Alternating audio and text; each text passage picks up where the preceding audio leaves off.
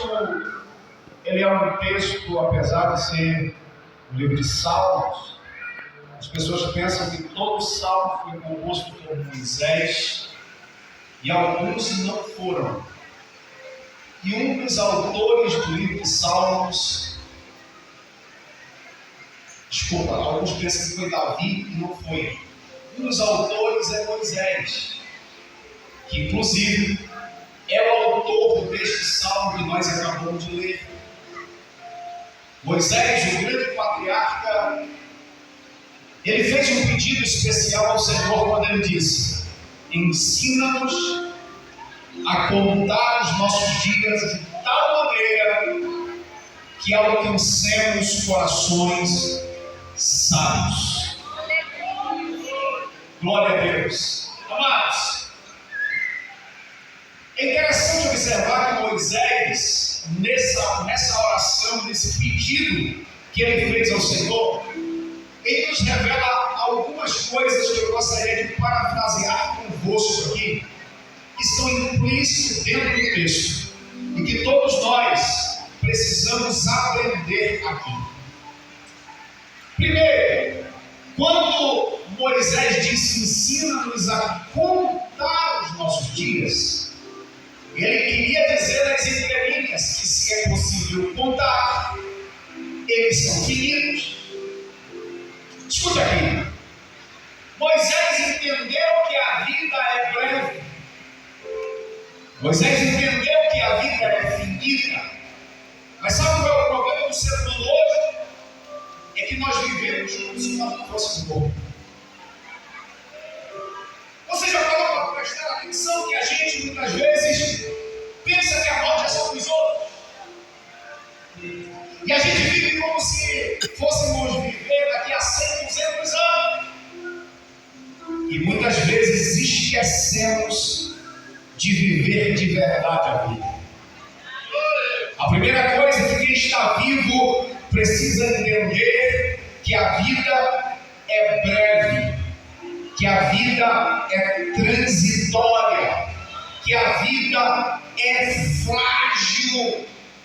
Se a vida é frágil, é transitória, nós precisamos vivê-la com qualidade. E é por isso que Moisés ora a Deus e disse: ensina-nos a contar os nossos dias. Quando Moisés diz ensina-nos a contar, não é 1, 2, 3, não. Ensina-nos a contar significa viver de uma forma especial. Ensina-nos a contar os nossos dias de tal maneira que alcancemos corações sábios.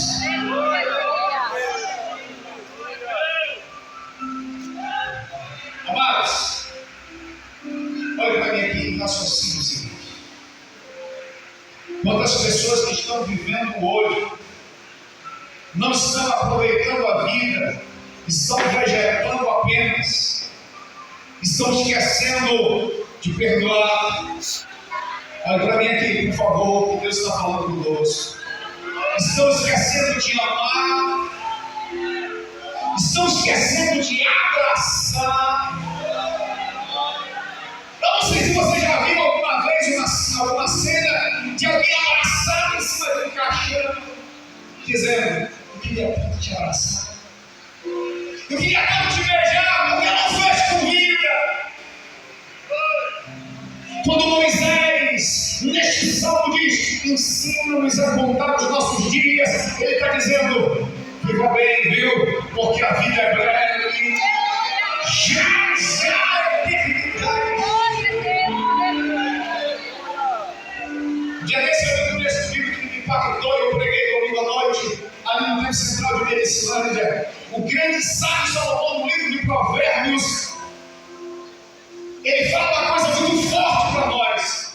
Ele diz assim: tudo que te vier às mãos para fazer, faze com todas as tuas forças, porque na sepultura para onde tu vais, não há trabalho, não há obra alguma.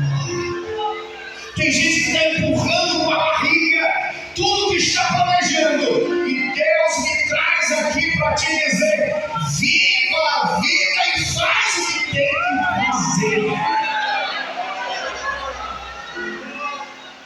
Existe um livro da nossa arca cristã, o Assembleia Raiz, gosta dele. Aquele vou pescar os pecadores para Cristo. A última estrofe daquele livro me chama a atenção.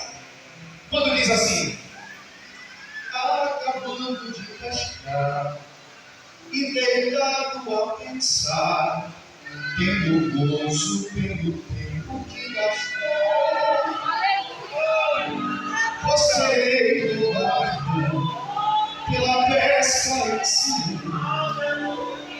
Sabe o que eu penso aqui? O autor deste hino, ele planejou chegar no final da vida dele,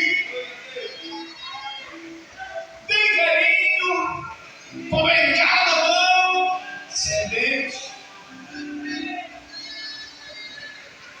sem força nos pés, nos braços, e diz assim: acabando de pescar e deitado a pensar, tendo gozo pelo tempo que gastou.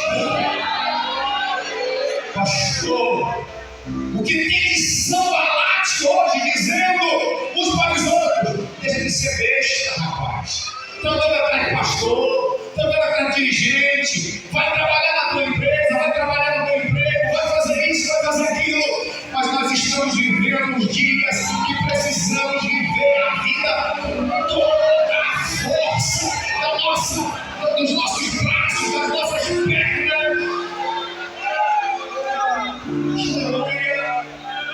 Pastor Eduardo é um exemplo disso que eu estou pregando hoje aqui. Aleluia! Ensina-nos a contar os nossos dias. Irmão, os dias passam muito. Tem dia que eu deito na cama e fico assim pensando, e eu não acredito que eu estava no tempo. Até porque eu olho no espelho e tenho cara de 18. E aí eu não acredito que eu já estou com essa idade. Sabe por quê? Porque ontem eu era adolescente. Talvez os senhores que já têm uma idade superior à minha podem também falar a mesma coisa, que a vida passou velocemente. Um dia desse você era garotão, hoje você é avô, bisavô.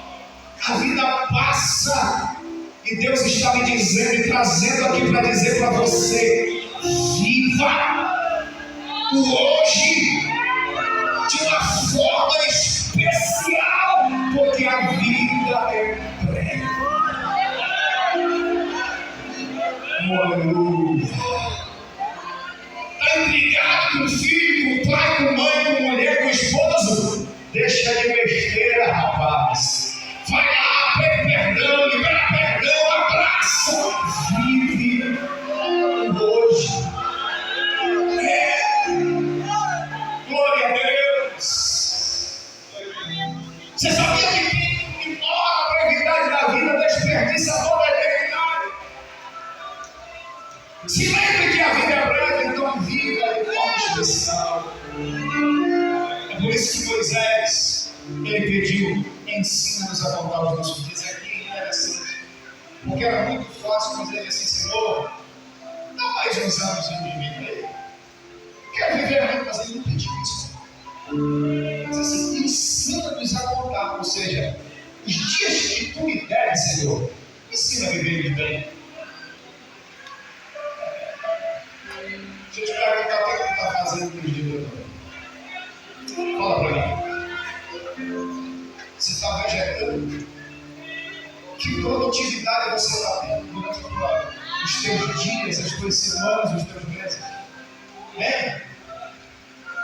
Se o que Jesus falou em Lucas 12:20 para o rico insensato: louco, esta noite pedirão a tua alma que tu tens preparado para quem sabe. Se esta noite Jesus pedisse a tua alma,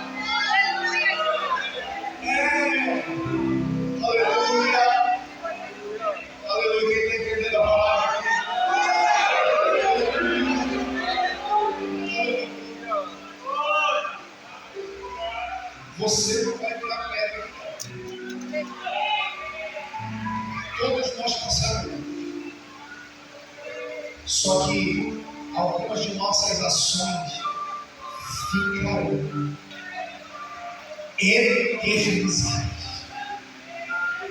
Hoje eu estou pregando sobre um homem que viveu há muito tempo. Eu estou pregando sobre Moisés.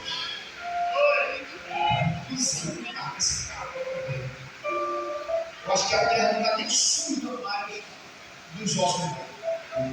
Mas nós estamos pregando sobre ele. Ele morreu. O que tu está fazendo? As gerações vindouras falarão do teu nome. O que tu estás fazendo hoje impactará as gerações do futuro. Quem está entendendo a palavra nessa noite? É um chacoalhar, é um despertar que Deus está nos trazendo hoje aqui para que a gente possa viver a vida de uma forma especial. O que é contar os dias? O que significa então contar os dias?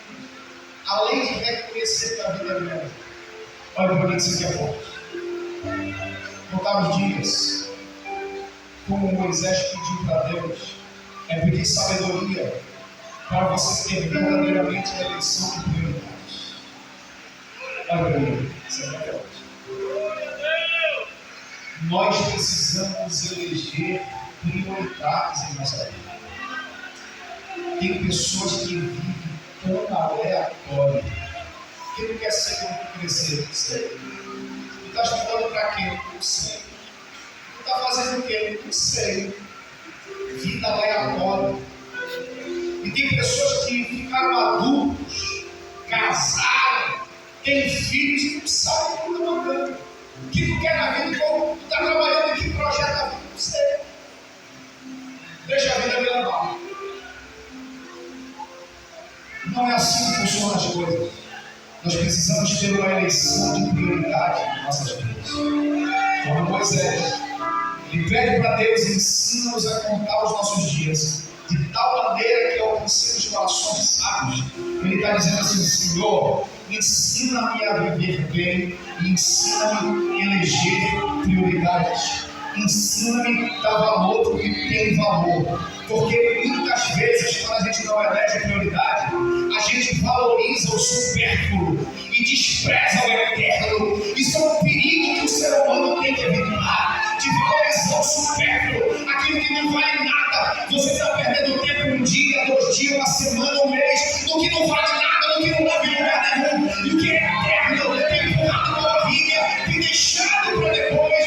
Mas Deus me traz aqui para dizer: valorize o eterno, elege prioridades na sua vida. Aleluia! Glória a Deus! Aleluia! Vou falar nessa noite de uma prioridade muito nítida que todo ser humano, principalmente aqueles que temem a Deus e conhecem o Senhor, deveriam ter. Sabe qual é a prioridade? Priorizar a busca da presença de Deus. E se tem uma coisa que a nossa geração não está fazendo, é isso. Se tem uma coisa que a nossa geração está negligenciando, é isso. É a busca pela presença de Deus.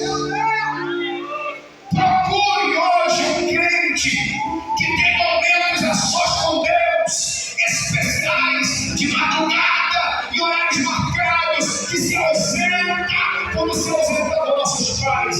Já estão contadinhos aqueles que fazem isso. Nós estamos vivendo uma geração midiática.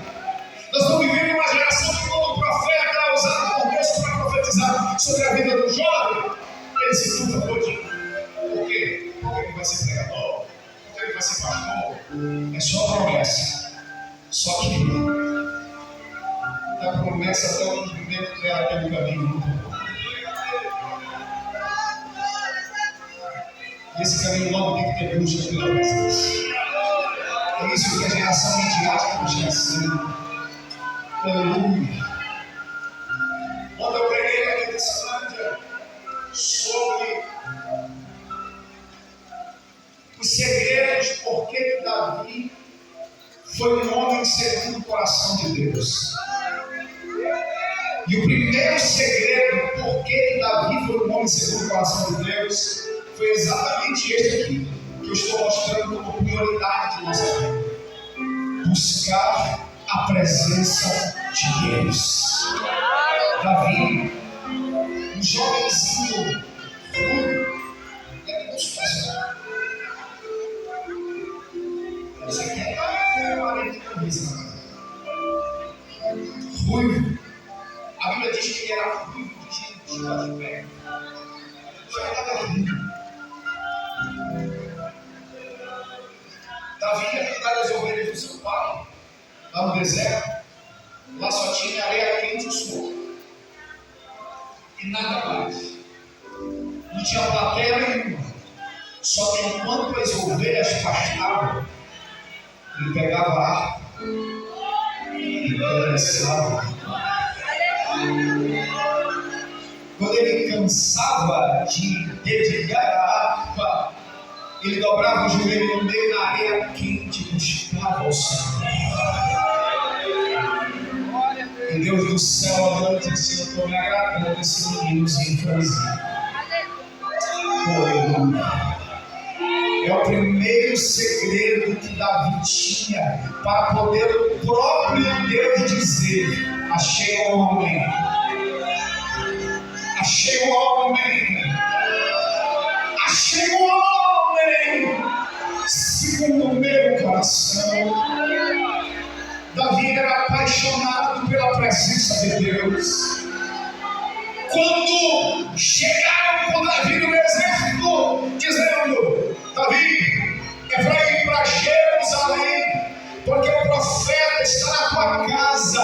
E ele disse que não se assentarão à mesa enquanto não chegar. Foi como ele compôs o salmo que todo mundo recita sem saber o contexto. Ele disse: enquanto me disseram, vamos à casa do Senhor, ele saiu correndo. Ele disse: os nossos pés param junto às tuas portas. Quando Davi recebeu o convite para vir à casa do Senhor, e ele entendeu que ele seria ali ungido por Deus, ele saiu correndo até a entrada de Jerusalém. Escuta aqui, Davi, esse mesmo homem, ele disse: uma coisa pedirei ao Senhor, e a buscarei, que eu possa habitar na tua casa para sempre. Escute. Quando Davi fez esse salmo, ele já era rei. Escute. Quando Davi fez esse salmo, ele já era rei. Ele tinha a vida de rei. Ele vestia o melhor que poderia ser dado na época. Tinha a melhor cama. Era servido por muitos servos e subservos. As melhores carnes do palácio eram dados a Davi. Os melhores vinhos servidos em taças de ouro. Só que Davi disse assim: uma coisa pedi ao Senhor, e a buscarei, que eu possa morar na tua casa. Sabe o que Davi queria dizer? Eu prefiro a tua casa do que o palácio. Eu prefiro a tua presença do que o luxo do palácio. Eu prefiro estar na tua presença do que estar sendo servido aqui por todos. A paixão pela presença de Deus é algo que a nossa geração precisa ter.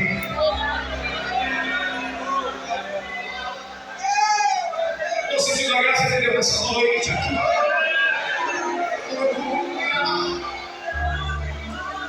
Eleja como prioridade da tua vida essa próxima de Deus. Aleluia. Ame a presença dele. presença de Deus, quando ele assumiu o trono, escute aqui, Davi amava tanto a presença de Deus que quando ele assume o trono, ele chega lá e diz assim: isso não há. Quando Davi me descobriu uma coisa interessante, você sabia que a arca foi levada, tirada do tempo dos filhos de Eli,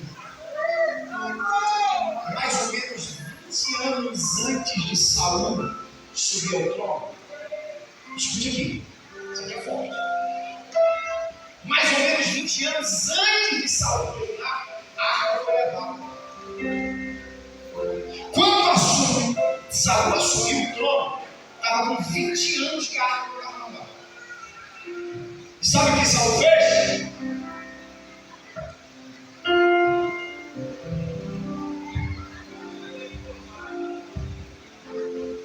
Não procurou nem saber, porque a arca para ele não fez falta. Sabe quantos anos Saul reinou sobre Israel?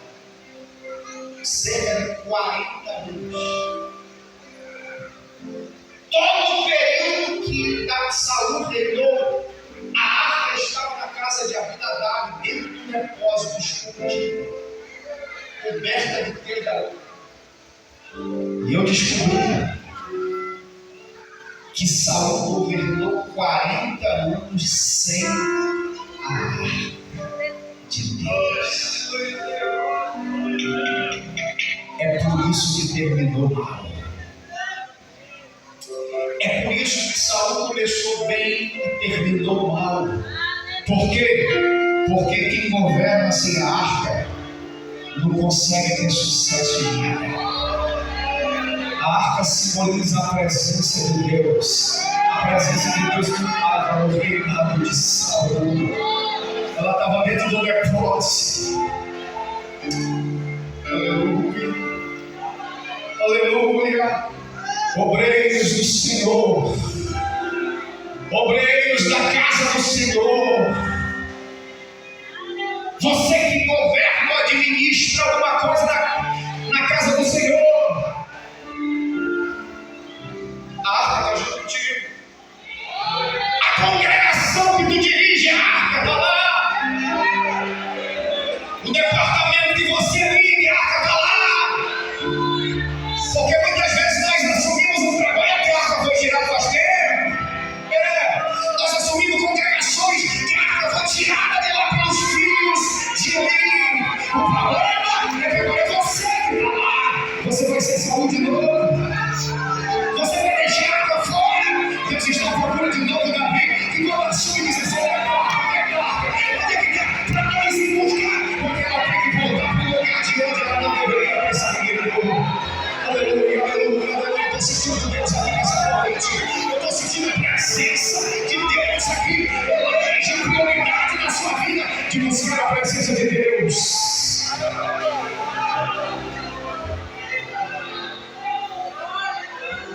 Você vem da casa de Deus. Você sentindo a presença de Deus aqui conosco nessa noite. A arca está na tua casa. A presença de Deus está lá.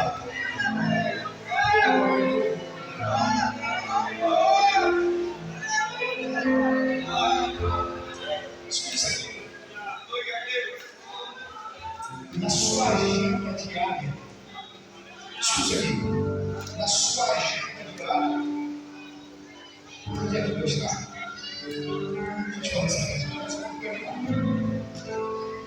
Na tua agenda diária, dos teus compromissos e afazeres, que posição Deus ocupa? É o segundo, terceiro, quarto, quinto ou sexto?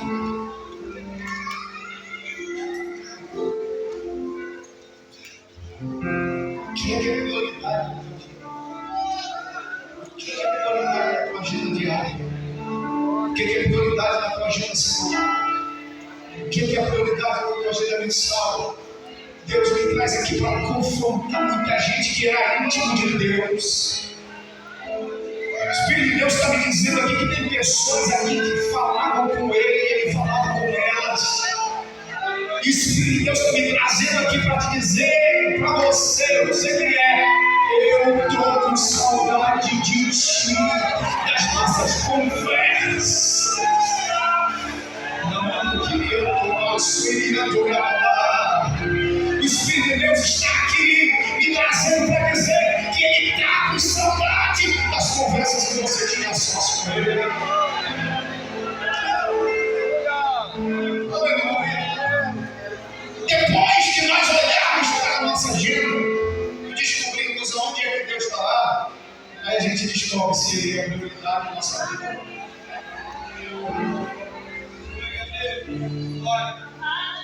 E os cristãos de hoje, na sua grande maioria, Deus não é mais a prioridade deles.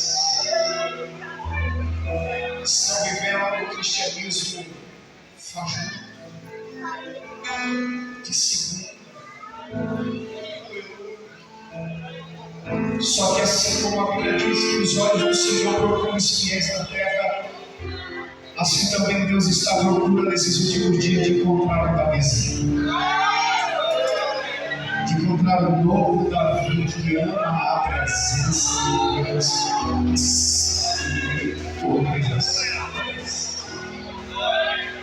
Aleluia. Aleluia.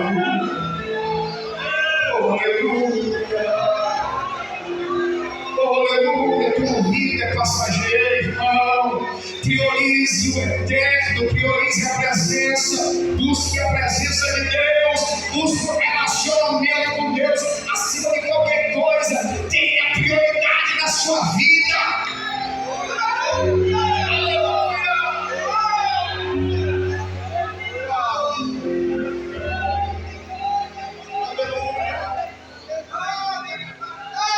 E para encerrar, Moisés nos ensina a voltar os nossos dias de tal maneira, ele encerra dizendo assim, que alcancemos corações sábios. Que alcancemos corações sábios. Um coração sábio é um coração obediente. Um coração sábio é um coração humilde. A nossa geração hoje está perdendo a humildade. O egoísmo está tomando conta. Repreende o jovem, o adolescente que te vê. Repreende. Ele se embuca, sai, o pai ainda dá razão. Isso é porque o egoísmo está tomando conta. As pessoas estão se enquadrando naquele texto bíblico que nos últimos dias os homens serão amantes de si mesmos. Ensina-nos a contar os nossos dias de tal maneira que alcancemos corações sábios.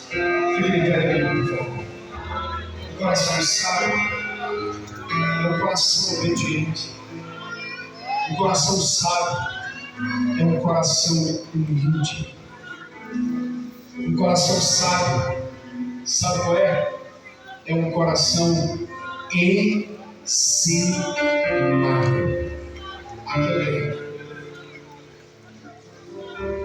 O que é um coração ensinado? Amados, porque tem pessoas de hoje que a gente não consegue mais ensinar. Eles são irredutíveis. Eles são irredutíveis. Você fala uma coisa, eles torcem o beiço, eles meteiam a cabeça. Só que o coração sábio é um coração ensinável, disposto a aprender. Aleluia. Ensina-nos a contar os nossos dias de tal maneira que alcancemos corações sábios. Oh, aleluia. Feche teus olhos, por favor. Eu quero que você faça esta oração parecida com a que Moisés fez. Hoje nós estamos comemorando o aniversário do pastor Eduardo. Mas a reflexão fica para todos nós. Feche teus olhos. Fale um pouco com o Senhor, mais ou menos que nem Moisés falou. E se você quiser pedir perdão do tempo que você tem levado a vida de uma forma tão aleatória, sem propósito, e se você quiser fazer um compromisso com o Senhor, fique à vontade. Eu vou te dar um minuto para você orar. Eu vou te dar um minuto para você falar com Deus, porque a presença de Deus está aqui nesse lugar. Oh, aleluia. Oh, aleluia. Oh, aleluia. Oh, aleluia. Oh, aleluia.